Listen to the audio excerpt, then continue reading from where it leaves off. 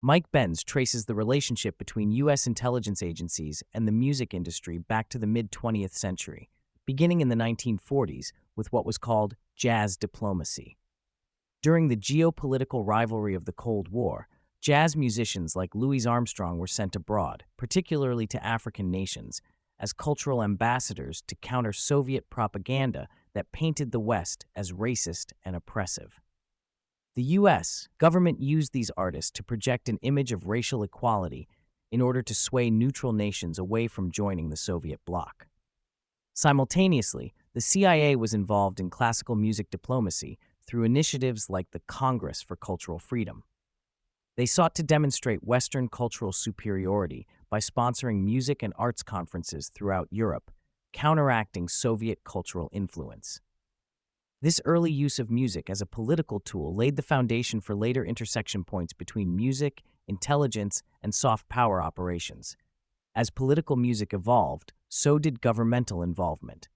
The U.S. government covertly supported rock and roll during the Cold War, exporting anti-authoritarian messages across the Iron Curtain, using massive concerts near the Berlin Wall as tools for political mobilization. Later, rap and hip-hop emerged as the new frontier for cultural influence, with agencies like USAID and the CIA directing funds and resources toward specific rap collectives abroad. Benz cites Cuba's Santa Cedro Collective as a prime example.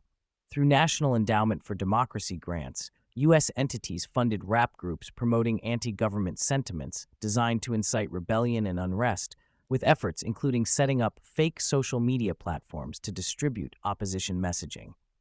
These programs illustrated how music, coupled with social media manipulation, serves as a frontline tool in modern information warfare and regime change operations.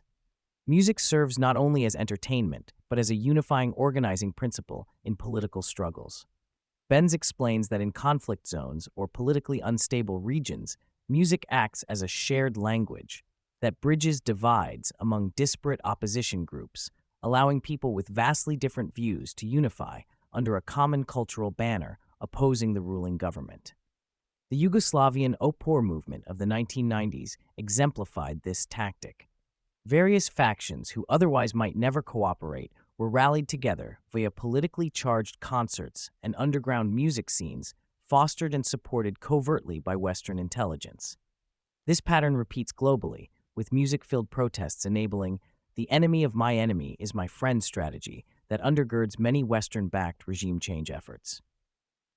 USAID and ED function as essential yet often invisible weapons in this cultural warfare framework. Conceived as ostensibly independent nonprofit entities, both are deeply intertwined with the CIA and the State Department, funneling taxpayer dollars through NGOs and music initiatives to destabilize foreign governments considered adversarial. Benz provides evidence of USAID funding activists and musicians involved in unrest across Bangladesh, Cuba, and Latin America. Such grants are strategically targeted to minority or youth populations, exploiting societal grievances through culturally potent art forms like hip-hop. These complex funding operations enable the USF to maintain plausible deniability while exerting outsized influence through cultural proxies. Benz highlights an unusual nexus between the military-industrial complex and cultural sectors.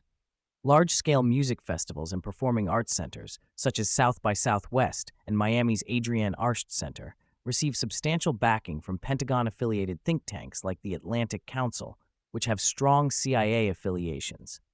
This patronage operates on the premise that politics is downstream from culture.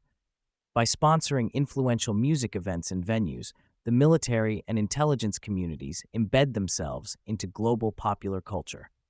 These sponsorships enable them to subtly shape public opinion and cultural narratives, creating an environment more receptive to geopolitical agendas. Prominent artists like Taylor Swift and Bono figure into these covert influence campaigns in complex ways. Benz details how Taylor Swift's catalog was acquired by a private equity group with links to the Iraq War profiteering Carly Group and George Soros, inserting her music within a broader political influence framework. NATO's Psychological Operations Center has even cited Swift as opinion leader to be mobilized for strategic messaging. Similarly, Bono's activism, though portrayed as humanitarian, has been connected to efforts that unintentionally or otherwise facilitated violent conflicts, with funds channeled through humanitarian efforts diverted to CIA-backed warlords. Such use of celebrity culture deepens the reach of intelligence operations into mass audiences under the guise of popular entertainment and philanthropic causes. Starting as early as 2014, with the establishment of the State Department's Global Engagement Center to combat ISIS propaganda, the U.S. has developed an extensive apparatus to monitor, direct, and censor information online. NATO's Stratcom Center of Excellence in Latvia, co-partnered with companies like Graphica, applies AI-based network mapping to identify and suppress disinformation, focusing intensely on right-wing and populist movements. This digital censorship network, coordinated with the Pentagon, DHS, and intelligence agencies, has evolved into a global operation targeting narratives deemed subversive. The emphasis on information control underscores a paradigm shift in warfare from traditional military might to domination over media ecosystems and public perception. Facing the constitutional limitation of the First Amendment in the U.S., government-sponsored censorship operations have increasingly relied on international regulatory frameworks. Benz explains how the European Union's Digital Services Act imposes mandatory censorship compliance on social media platforms operating in Europe, backed by enormous fines which compel U.S. companies to submit to external oversight. These foreign legal regimes enable intelligence-linked operatives and NGOs to operate inside the platforms, dictating content moderation policies. The U.S. government, through entities like the Atlantic Council and National Endowment for Democracy, regards these mechanisms as crucial for circumventing domestic free speech protections and reinforcing global censorship compliance. An intricate web of government agencies, NGOs, think tanks, and private corporations, collectively dubbed the censorship industrial complex, has institutionalized control over digital and cultural narratives. Benz points out entities such as NewsGuard, Globsec, and the Knight Foundation, which conduct extensive research, create blacklists, and fund censorship initiatives under the guise of media literacy or fighting disinformation.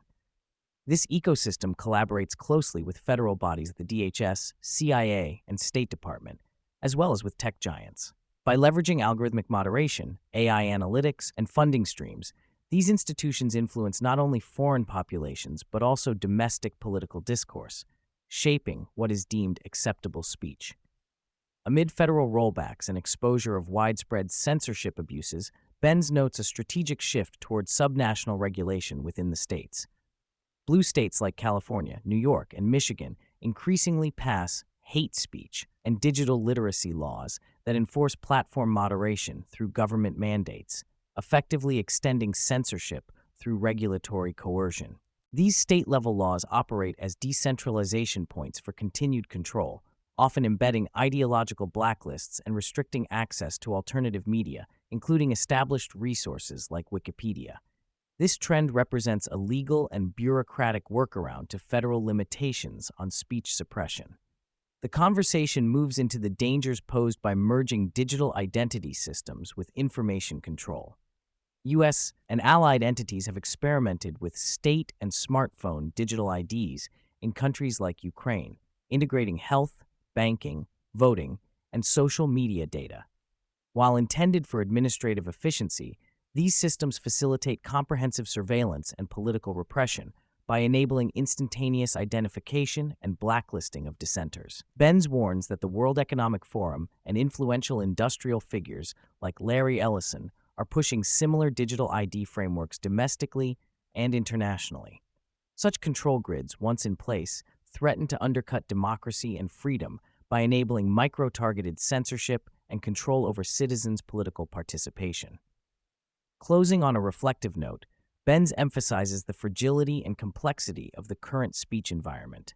Though censorship apparatuses have lost some federal footing with political changes, international and state-level pressures persist, risking the erosion of free expression.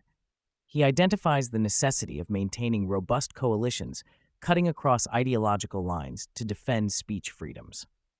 Moreover, Benz underscores internal tensions within these coalitions, pointing out conflicting interests, such as technocrats and billionaires supporting repressive digital ID projects versus grassroots advocates, threaten unity. The battle ahead is both technological and political, requiring strategic, principled, and coordinated resistance to preserve open dialogue and democratic norms.